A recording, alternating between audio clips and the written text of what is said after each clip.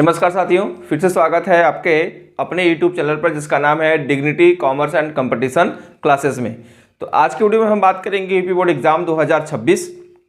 जो क्लास चल रहा था वो था सब्जेक्ट कॉमर्स ग्रुप से संबंधित, और जो कॉमर्स ग्रुप जो सब्जेक्ट के बारे में बात कर रहे थे अकाउंटेंसी का था, तो उसमें हम टॉपिक पढ़ा रहे थे। सर ये चैप्टर जो था वो चैप्टर है साझेदारी परिचय, यानी कि पार्टनरशिप इंट्रोडक्शन के बारे में बता रहे थे, जिसमें मेरा टॉपिक चल रहा था वो निश्चित राशि का समान समय अंतराल में आहरण। मतलब निश्चित राशि का समान समय में आहरण करने पर, देखिए निश्चित राशि का समान समय अंतराल में जब आहरण करते हैं तो उस आहरण पर ब्याज की गणना कैसे की जाती है, उसके मेथड्स क्या है, उसके एग्जांपल्स क्या है, एग्जांपल को कैसे सॉल्व किया गया, इन सभी के बारे में इन सभी के बारे में बात कर रहे थे हम लोग। तो आज की वीडियो में फिर उसी के आगे लेके चलते हैं कि आज की वीडियो पहले वाले टॉपिक में देखिए, इसके जस्ट पहले वाले में वीडियो में बताया गया था कि जब निश्चित राशि का समान समय अंतराल में आहरण करते हैं तो 3 कंडीशन होती है। पहला कि प्रत्येक माह की पहली तिथि पर आहरण, दूसरा प्रत्येक माह की अंतिम तिथि पर आहरण, और तीसरा प्रत्येक माह के मध्य किसी भी तिथि पर आहरण करने की बात थी। तो इन तीनों टॉपिकों में से एक टॉपिक को क्लियर किया गया था पिछले वीडियो में, जिसमें हमने बताया था प्रत्येक माह की प्रथम तिथि पर आहरण। उससे संबंधित हमने एग्जाम्पल बताए थे और उसको सॉल्व भी किया था। तो आज उसी को आगे लेकर चलते हैं सेकेंड नंबर कंडीशन पे, यानी दूसरी स्थिति के बारे में बात करेंगे। तो दूसरी स्थिति है प्रत्येक माह के अंतिम तिथि पर आहरण। अंतिम तिथि पर आहरण, देखिए इसका पिछला जो वीडियो था उसमें मैंने 2 मेथड बताए थे कि 2 तरीके से यानी 2 विधियां थी आहरण पर ब्याज की गणना के संबंध में। तो इसमें भी 2 विधियां हैं आहरण पर ब्याज की गणना के संबंध में। लेकिन इस बात को ध्यान रखिएगा, आप लोग जब भी आप क्वेश्चन सॉल्व करेंगे, जो दूसरी विधि है औसत देय तिथि विधि, यानी इसमें हम औसत अवधि का गणना करते हैं, यानी कि जिस विधि में औसत अवधि की गणना की जाती है वो विधि ज़्यादा अच्छी मानी जाती है, ज़्यादा उपयुक्त मानी जाती है। तो हम बात करते हैं इसका मतलब क्या है। देखिएगा किसका प्रत्येक माह की अंतिम तिथि पर आहरण का मतलब क्या होगा। जब कोई भी साझेदार अगर ये निश्चित कर ले कि उसके प्रत्येक यानी हर महीने की, यानी कि जो लेखांकन वर्ष उसका होगा, उस लेखांकन वर्ष में जो भी स्टार्ट होगा, जैसे मान लीजिए 1 अप्रैल से स्टार्ट हुआ, 31 मार्च को बंद होता है, अगर वो प्रत्येक माह की मतलब हर महीने की अंतिम तिथि पर आहरण करता है। अंतिम तिथि का मतलब जो आपका लेखांकन वर्ष शुरुआत होता है वो 1 अप्रैल से, लेकिन 1 अप्रैल करने की जगह पे क्या कर रहा है, वो 30 अप्रैल को आहरण कर रहा है, और 30 अप्रैल के बाद 30 जून को, फिर 31 मई को, ऐसे अगर आहरण करता है तो ये कहा जाएगा प्रत्येक माह की अंतिम तिथि पर आहरण। क्या कहा जाएगा? प्रत्येक माह की अंतिम तिथि पर आहरण। फिर सुन लीजिए कि जब कोई साझेदार लेखांकन वर्ष के शुरुआती महीनों से लेकर आखिरी महीनों तक जब वो लगातार आहरण करता है, और लगातार आहरण करने के संबंध में एक निश्चित राशि लेता है, और उनके बीच में समान समय अंतराल, मतलब उनके बीच में जो समय होता है वो बराबर अंतर होता है, जैसे हर महीने, हर तिमाही, हर छमाही के बारे में। तो यानी कोई भी आप क्वार्टरली ले सकते हैं, या फिर त्रिमाही ले सकते हैं, छमाही ले सकते हैं, या फिर आप हर महीने ले सकते हैं। तो हर महीने के कैलकुलेशन के बारे में थी, त्रिमाही के बारे में भी कैलकुलेशन आसान होगा। चलिए देखिएगा इसका मतलब फिर से सुन लीजिए। जब कोई प्रत्येक माह के अंतिम तिथि पर आहरण, जब कोई साझेदार हर महीने की अंतिम तिथि पर आहरण करता है, और कब तक करता रहता है, जब वो लेखांकन वर्ष समाप्त हो जाए, तो इसे बोला जाता है प्रत्येक माह की अंतिम तिथि पर आहरण। तो इसके संबंध में जो आहरण पर ब्याज की गणना है उसमें भी 2 विधियां हैं, ध्यान रखिए। आहरण पर ब्याज की गणना के संबंध में 2 विधियां हैं। तो हम पहले के बारे में बात करेंगे। यहां पर देखिए, तो इसके संबंध में ब्याज की गणना की विधि, 2 विधियां इसमें भी हैं। देखिएगा पहला हम यही बता देते हैं, पहला गुणनफल विधि, और दूसरा औसत देय तिथि विधि।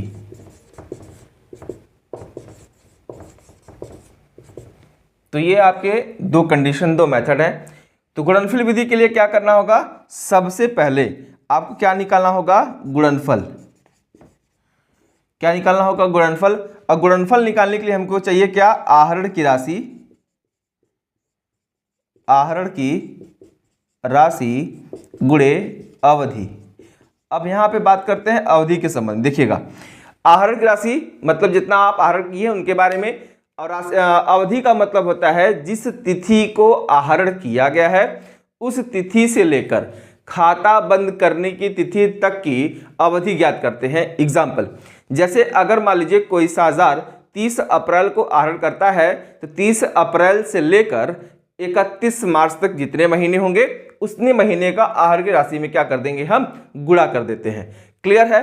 अब हम बात करते हैं इसके बाद क्या करेंगे? जितनी बार वो आहरण किया रहेगा उतनी बार हम उतने महीनों से कैलकुलेशन करके, यानी महीनों की गणना करके आहरण की राशि से हम गुणा कर देंगे। उसके बाद क्या करेंगे? इन गुणनफलों का जो भी गुणनफल आएगा क्या किया जाएगा? गुणनफलों का योग किया जाएगा। क्या किया जाएगा? गुणनफलों का योग किया जाएगा। हम गुणनफलों का योग निकाल लेंगे। अब गुणनफलों का योग निकालने के बाद देखिएगा, स्क्रीन पे दिख रहा है, चलिए गुणनफलों का योग निकालने के बाद अब देखिए मैं यहां बता दे रहा हूं, चलिए यहीं पे देख लीजिएगा। इन गुणनफलों का योग निकालने के बाद की कंडीशन। अब हम निकालते हैं आहरण पर ब्याज की गणना, यानी कि क्या होगा? आहरण पर ब्याज बराबर, देखिएगा फॉर्मूला क्या लगेगा? आहरण पर ब्याज बराबर गुणनफलों का योग गुणे दर गुणे समय बटे 100। ये क्या निकलेगा? आहरण पर ब्याज। किस विधि से? गुणनफल विधि से। क्लियर है? नहीं, यहाँ पे आ नहीं रहा था इसलिए मैंने वहाँ लिख दिया। लिख लेंगे तो नीचे चला जाएगा, स्क्रीन पे दिखेगा नहीं। चलिए दूसरी विधि की बात करें तो यहाँ हम बात करते हैं औसत देय तिथि विधि। तो आपको गुणनफल कैसे निकलेगा? इन गुणनफलों को योग किया जाएगा, फिर आहरण ब्याज कैसे निकालेंगे इस सब क्या क्लियर कर लेते हैं। अब हम बात करते हैं औसत देय तिथि विधि। तो औसत देय तिथि विधि का मतलब क्या होता है? तो सबसे पहले हम नाम ऐसे ही क्लियर है, तो हम सबसे पहले क्या कैलकुलेट करते हैं? औसत अवधि। क्या कैलकुलेट करते हैं? औसत अवधि। देखिएगा, औसत अवधि हम क्या करते हैं? कैलकुलेट करते हैं। तो यहाँ पर औसत अवधि का मतलब होता है जिस प्रथम और प्लस अंतिम, प्रथम प्लस अंतिम का मतलब है प्रथम किस महीने तक ब्याज लगेगा और अंतिम में महीना क्या होगा जो ब्याज देगा। प्रथम और अंतिम प्लस 2, यानी कि क्या होगा? 11 प्लस 0 के बटे 2 बराबर 5.5 महीना। ये आपका क्या आएगा? औसत अवधि आएगा। क्लियर है? देख लीजिएगा, इसकी औसत अवधि 5.5 माह की है।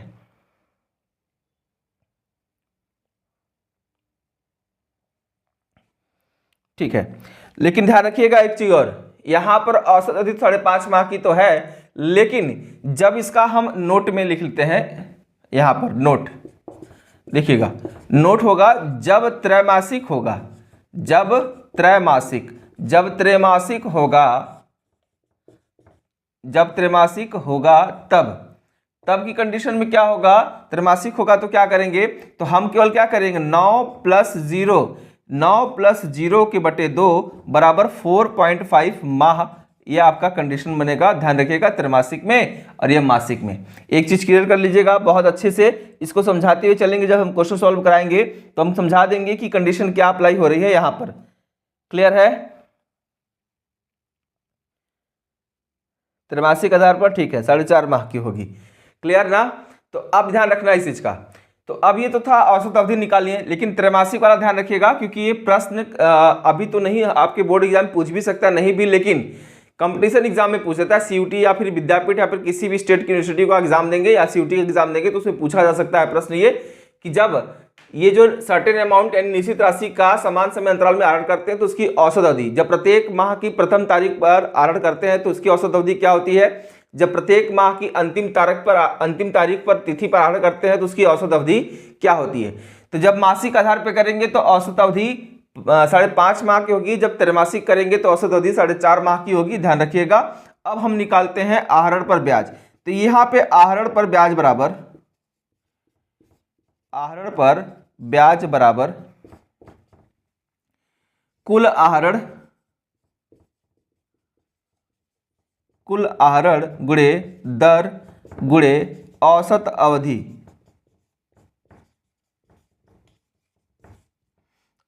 अवधि की बटे 100 गुणे 12। क्लियर। तो इस फार्मूले से लगा लेंगे सारे क्वेश्चनों को। चलिए दिख रहा है।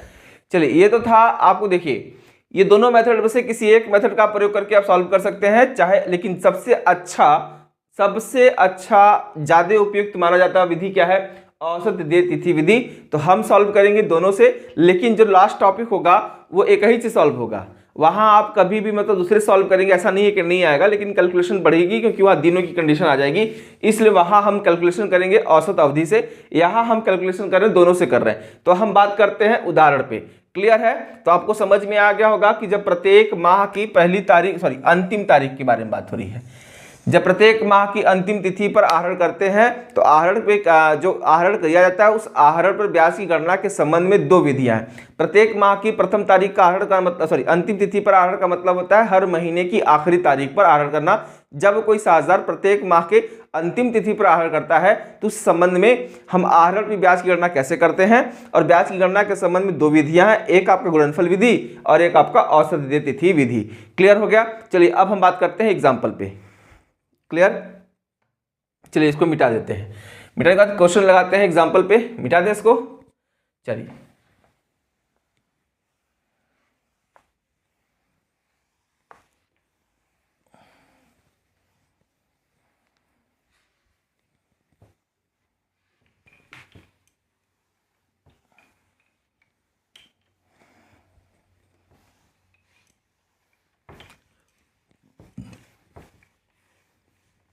चलिए मिटा देते हैं। अब क्वेश्चन सॉल्व कर लेते हैं।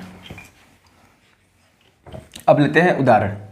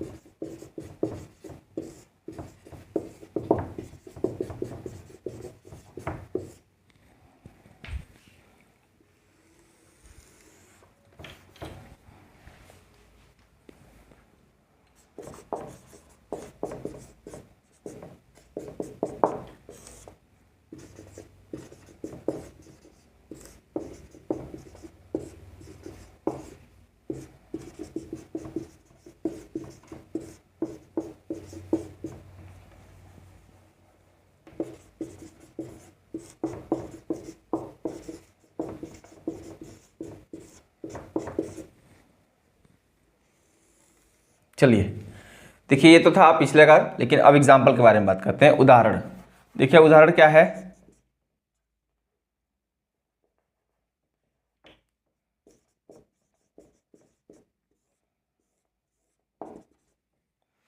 देखिए उदाहरण की बात करें, लिखा है कि 1 अप्रैल 2020-21 को एक्स वाई तथा जेड एक साझेदारी संस्था में क्रमशः, चलिए ये आपको हो सकता है कि ये स्क्रीन पे मैं दे दूं।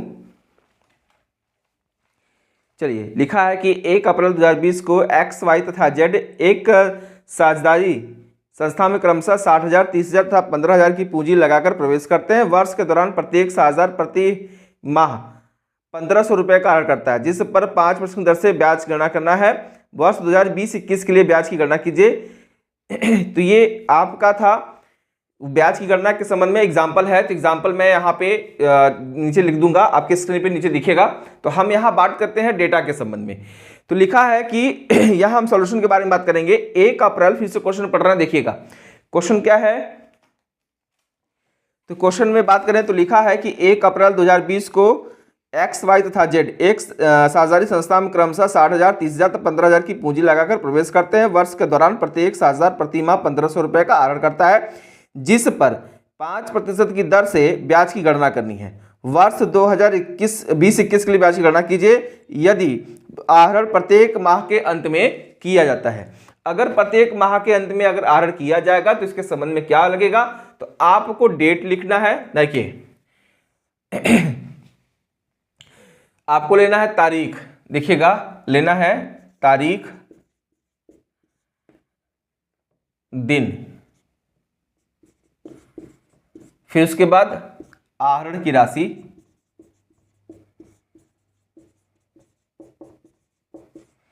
आहरण की राशि, फिर आपका होगा गुणनफल, सॉरी अवधि, क्या होगा अवधि,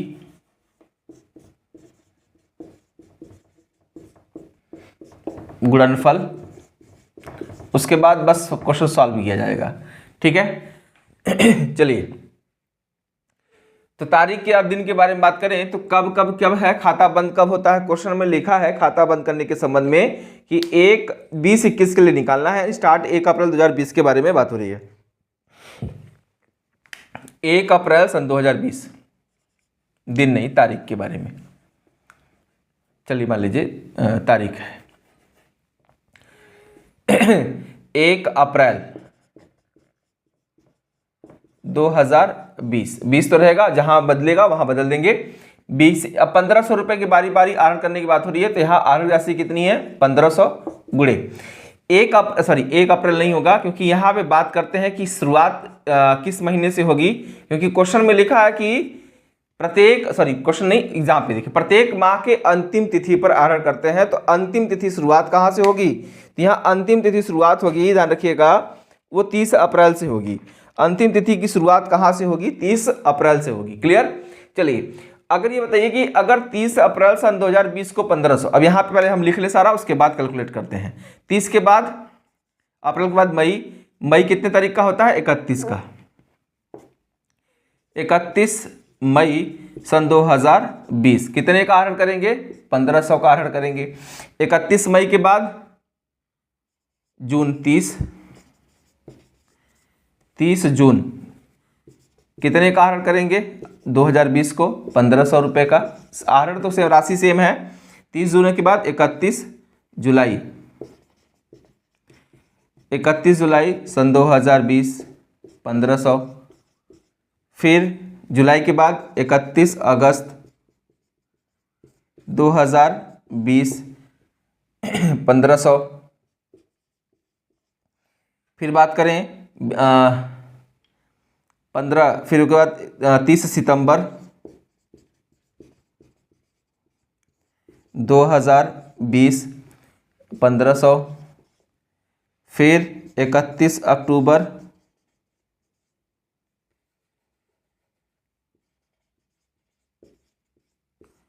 2020 1500, अक्टूबर के बाद 30 नवंबर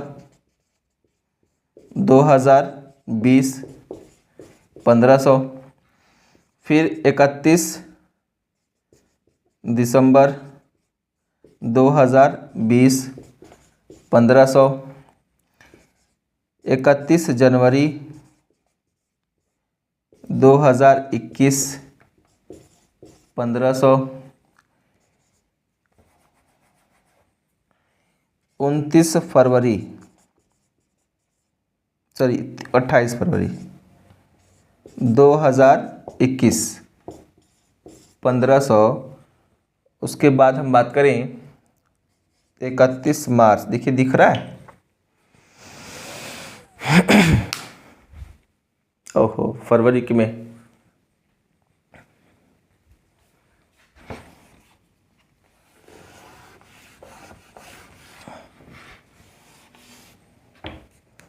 चलिए यहाँ देख लेते हैं, इसका यहाँ देख लेते हैं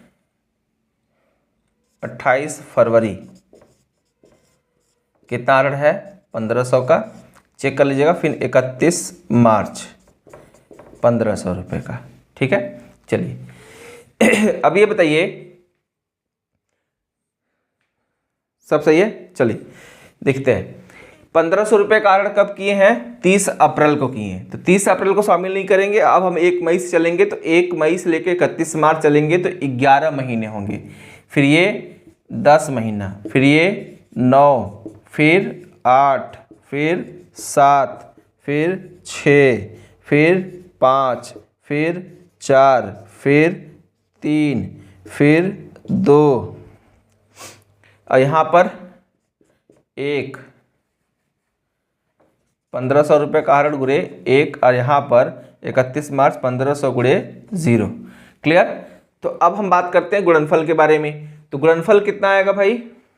गुणनफल देखिए, ये आपका 11, 15 दहाम 150 यानी कि 16,500, 15,000, 15 नौया 135, 13,500, 15 अट्ठा 120, 12,000, 15 सत्ते 105, 10,500, 15 छक्का 90, 9,000, 15 पचे 75,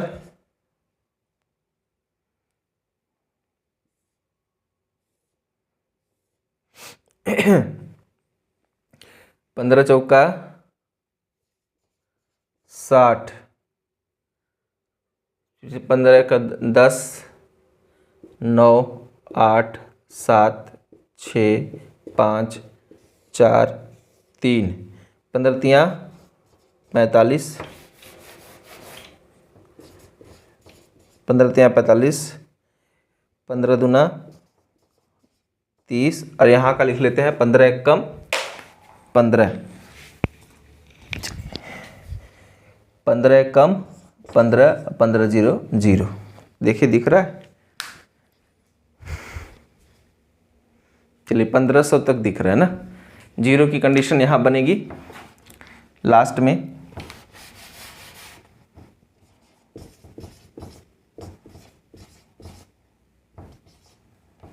अब दिख रहा होगा। चलिए सही है। तो आपको निकालना क्या है? बस वही फार्मूले का प्रयोग करना है जो फार्मूले इसके जस्ट पहले बताया गया था। तो आपको क्या करना है? इन सबको जोड़ लेना है, क्योंकि आपकी पहली कंडीशन देखिए, थोड़ा सा जगह नहीं मिल रहा है, ऊपर लिख देते हैं, मिटाना पड़ेगा, जगह जैसा लग रहा है छोटा पड़ जा रहा है। चलिए यहीं पे सॉल्व कर लेते हैं छोटे में ही। तो सबसे पहले हम निकालते हैं प्रथम विधि से, यानी पहले हम सॉल्व कर लेते हैं गुणनफल विधि से। गुणनफल विधि, इसी सॉल्व कर लेते हैं गुणनफल विधि से। तो गुणनफल विधि से अगर सॉल्व करेंगे तो हमको चाहिए गुणनफल जो निकाल चुके हैं, यानी कि आहरण पर ब्याज डायरेक्ट निकाल लेते हैं कि आहरण पर ब्याज बराबर गुणनफलों का योग डायरेक्ट। अब देखिए फार्मूला तो बता चुके हैं, अब यहाँ डायरेक्ट हम सॉल्व करते हैं। गुणनफलों का योग निकाल लेते हैं पहले। देखिए 1 2 3 4 5 यानी कि 50,000 तो ऐसे ही हो गए, अलग जोड़ लेते हैं कहीं 50,000।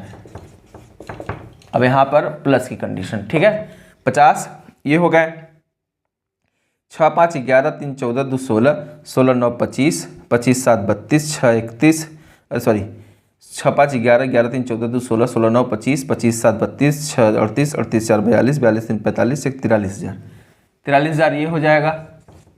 फिर इधर आ जाइए, 5 5 10 5 15 5 20 20 5 25 25 5 30, 3,000 ये हो जाएगा। कितने हो गए? 0 0 0 3 3 6 4 5 4 9, 96,000। क्लियर है? कितने हो गए? 96,000। चलिए एक बार कहीं देख लेते हैं गड़बड़, फिर कहीं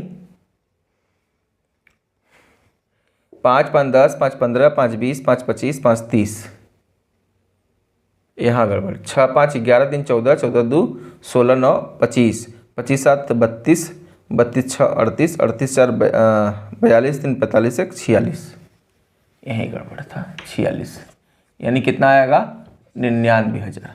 तो हमारा गुणनफलों का योग कितना आ गया? 99,000 गुणा, तो 99,000 गुणे की कंडीशन क्या होगा? दर कितना दिया था क्वेश्चन में? बोला गया था 5%। समय कितना था? 1 बटा कितना? 100 गुणे 12। सॉल्व कर लेंगे तो कितना आएगा? 0 से 0 कैंसिल हो जाएगा, 12 7 84, 12 8 96 कटेगा, 3 से काट लीजिए, 3 चौके 12, 3 से काटेंगे 3 तरीका 9, 3 तरीका 9 3, यानी 330 गुणे 5/4, यही 330 गुणे 5/4। अभी भी कटेगा, 2 से कट जाएगा तो 115 गुणे 5/2, यानी कि पॉइंट में अगर लाएंगे तो 115 को डिवाइड करेंगे तो 2 × 5 = 10, 2 × 7 = 14/5, 2 × 5 = 10, 5 × 5 = 25, 5 हाथ में 2, 5 × 7 = 35, 2 × 37 के साथ हाथ में 3, 5 × 5 = 25, 3 = 38। आपका जवाब कितना आएगा? 387.5। कहीं गड़बड़ है कैलकुलेशन में? एक बार मिटा के बताते हैं, फिर से एक बार देखते हैं। क्वेश्चन में कहीं लग रहा है कहीं कैलकुलेशन मिस्टेक किया गया है। चलिए, तो आपका कितना था? 99,000 गुणे 5 गुणे 1/100 गुणे 12, 0 से 0 कैंसिल, 990 था। तो 990, तो 3 चौके 12, 3 तरीका 9, 3 तरीका 9, 300, सही तो था। फिर 4 से काटिए, 4 × 8 = 32, बचा कितना? 1, 4 दूना 8, 10 बचा ना, हाँ ठीक है, 4 दूना 8, फिर बचा कितना? 2, 4 × 5 = 20, यानी कि कितना आएगा? आप यहाँ गुणे कितना? 5, 5 × 5 = 25 के 5 हाथ में 2, 5 दूने 10, 2 12 के 2 हाथ में 1, 5 × 2 = 40, 41, 412.5, ये आपका जवाब आ गया। ये पहली विधि था, गुणनफल विधि से सॉल्व किए हैं। तो गुणनफल विधि का फॉर्मूला होता है गुणनफलों का योग गुणे ब्याज की दर। समय का मतलब होता है इस गुणनफल में 1 वर्ष 1 महीने का निकालते हैं, क्योंकि सारे हम मल्टीप्लिकेशन में कर चुके होते हैं। क्लियर है? अब हम बात करते हैं औसत देय तिथि विधि के बारे में। चलिए इसको मिटा देते हैं। अब हम बात करेंगे औसत देय तिथि विधि के बारे में। चलिए, औसत देय तिथि विधि, इनके बारे में बात करते हैं। तो औसत देय तिथि विधि का मतलब क्या होता है? चलिए, तो औसत देय तिथि विधि में हम बात करेंगे औसत अवधि की। तो औसत अवधि, तो औसत अवधि बराबर देखिए प्रथम प्लस अंतिम बटे 2। तो प्रथम कितना है? 11 मंथ्स। अंतिम कितना है? अंतिम देखिए यहाँ पर 31 मार्च 0। अंतिम कितना है? 31 मार्च 0, यानी कि वही देखिए मैंने बताया था कि कितना आएगा, तो 11 + 0/2 बराबर 5.5। कितना आएगा? 5.5 आएगा। क्लियर है? तो अब औसत अवधि निकालनी है, तो अब सीधे सीधे क्या निकाल लीजिए? आहरण पर ब्याज, यानी कि आहरण पर ब्याज बराबर आहरण पर ब्याज बराबर कुल आहरण। कुल आहरण का मतलब कितनी बार आहरण किया गया है? 12 बार। 12 का मतलब है 1500 × 12, यानी कि 18,000। 1500 × 12 का मतलब 18,000 पे ब्याज निकालना है 5% की दर से 5.5 माह का। तो 5.5 माह बटे 100 × 12 कितना आएगा? सॉल्व करने पर 0 हो गया। कट दीजिए, कट जाएगा। 12 × 12, 12 पंजे 60, ठीक। 15 बार में कटेगा तो 15 × 5 × 5.5। तो यहाँ पे हम मान लेते हैं 15 × 5 = 75, यानी कि 15 × 5 = 75, 75 ×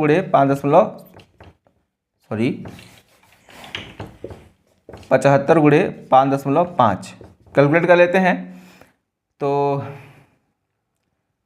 75 का आधा में जोड़ लेंगे बाद में। 5 × 5 = 25 के 5 हाथ में 2, 5 × 7 = 35, 2 37 प्लस 37.5। क्लियर? कितना होता है आपका? 10.5, 5 7 5 12, 7 3 10 1 11 4, ठीक। 412.5। देखिए दोनों मेथडों से जवाब एकदम सही है, स्क्रीन पे दिख रहा होगा जवाब। दोनों मेथड से आप सॉल्व करेंगे, दोनों से दिखेगा, कोई दिक्कत नहीं होगी, ठीक है। क्लियर है? ये तो था आहरण और ब्याज की गणना के संबंध में दोनों विधियों से प्रत्येक माह की अंतिम तिथि पर अगर आहरण करेंगे तो क्या कंडीशन अप्लाई होगी। क्लियर है? चलिए यहाँ तक ये था। अब हम बात करेंगे प्रत्येक माह के मध्य में, ठीक है। क्लियर? चलिए अब हम सॉल्व करते हैं तीसरी कंडीशन। प्रत्येक माह की किसी भी तिथि पर आहरण करने पर। मिटा दें इसको। देखिए थोड़ा सा लेंदी है क्योंकि अब यहाँ पे दिखाई दे रहा होगा स्क्रीन पे, मैंने यहाँ नहीं हटा तो यहाँ लिखा हुआ है अब यहाँ पे मैंने पूरा पूरा लिख दिया है, यहाँ पे जोड़ के दिखाया है गुणनफल क्या होता है। क्लियर है, दोनों मेथड को सॉल्व भी किया है। अब हम बात करते हैं प्रत्येक माह की किसी भी तिथि पर आहरण के संबंध में। क्लियर, मिटा दें इसको। अब स्थिति तीसरे के बारे में बात होगी, ध्यान रखिए, तीसरी स्थिति के बारे में बात होगी यहाँ पर।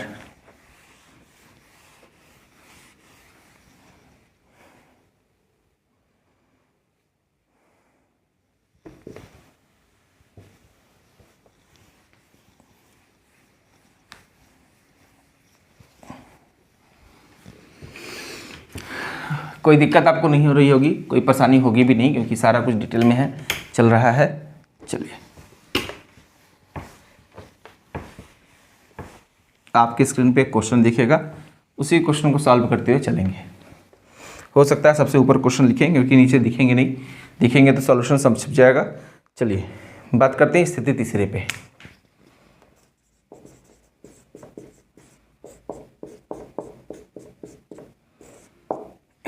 प्रत्येक माह के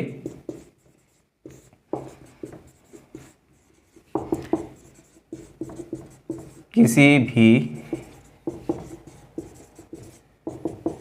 तिथि पर आहरण, ठीक है। ये कंडीशन क्या मतलब होता है, ये कह सकते हैं किसी भी तिथि का मतलब सीधे सीधे मतलब हो गया मध्य से। यहाँ पर हम बात करेंगे एक ही मेथड से, वो भी होगा का औसत देय तिथि विधि। ध्यान रखिएगा, औसत देय तिथि विधि के संबंध में ही बात होगी, ठीक ना।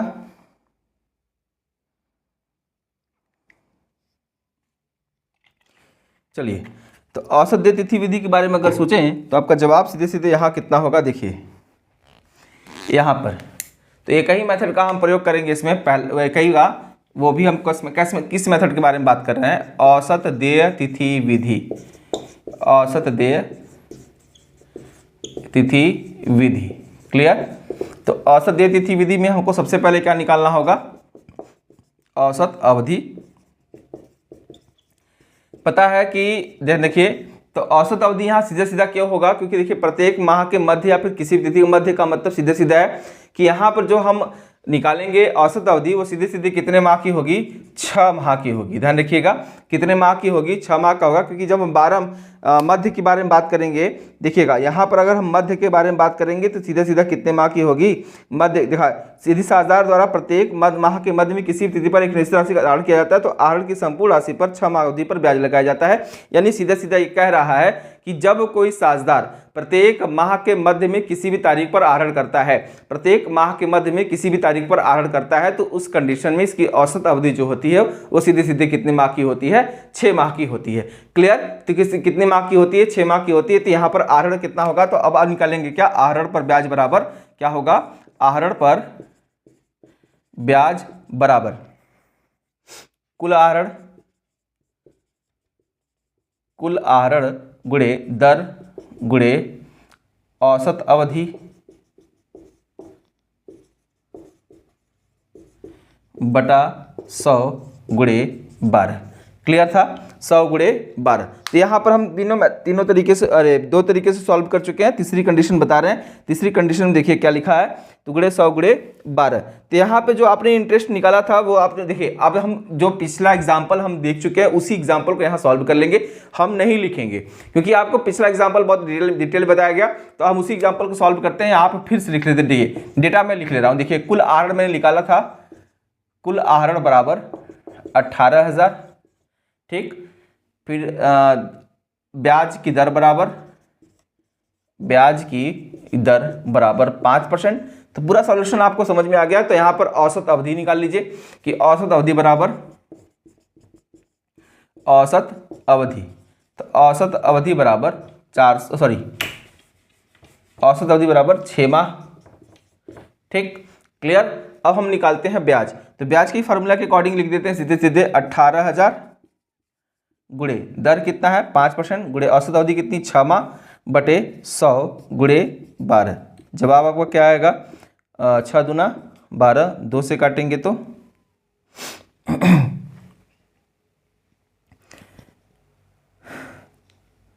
90, ठीक। 9 पचे 45 450 रुपये सीधे सीधे ब्याज आ जाएगी। तो यहाँ पर जो इसके पहले वाले स्थिति में जो हम एग्जाम्पल सॉल्व किए थे उसी एग्जाम्पल को यहाँ सॉल्व किए हैं। हम यहाँ पे लिखे नहीं है एग्जाम्पल को, ध्यान रखिए, क्योंकि हम एक ही मेथड से सॉल्व कर रहे थे औसत अवधि। तो औसत देय तिथि विधि में हमको जरूरत किसकी होती है? औसत अवधि की, और आहरण कुल आहरण की, यानी कि हमको सीधे सीधे मतलब हो गया कि औसत अवधि कितना है, डायरेक्ट उसी पे हम आहरण पे ब्याज की गणना कर लेते हैं। क्लियर है?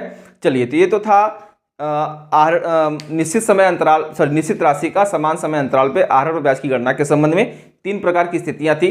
पहली स्थिति थी प्रत्येक माह के प्रथम तिथि पर आहरण करने पर, दूसरी स्थिति थी प्रत्येक माह के अंतिम तिथि पर आहरण करने पर, और तीसरी स्थिति थी प्रत्येक माह के मध्य किसी भी तिथि पे आहरण करने पर। तीनों स्थितियों के एग्जाम्पल के माध्यम से आपको बताया गया है।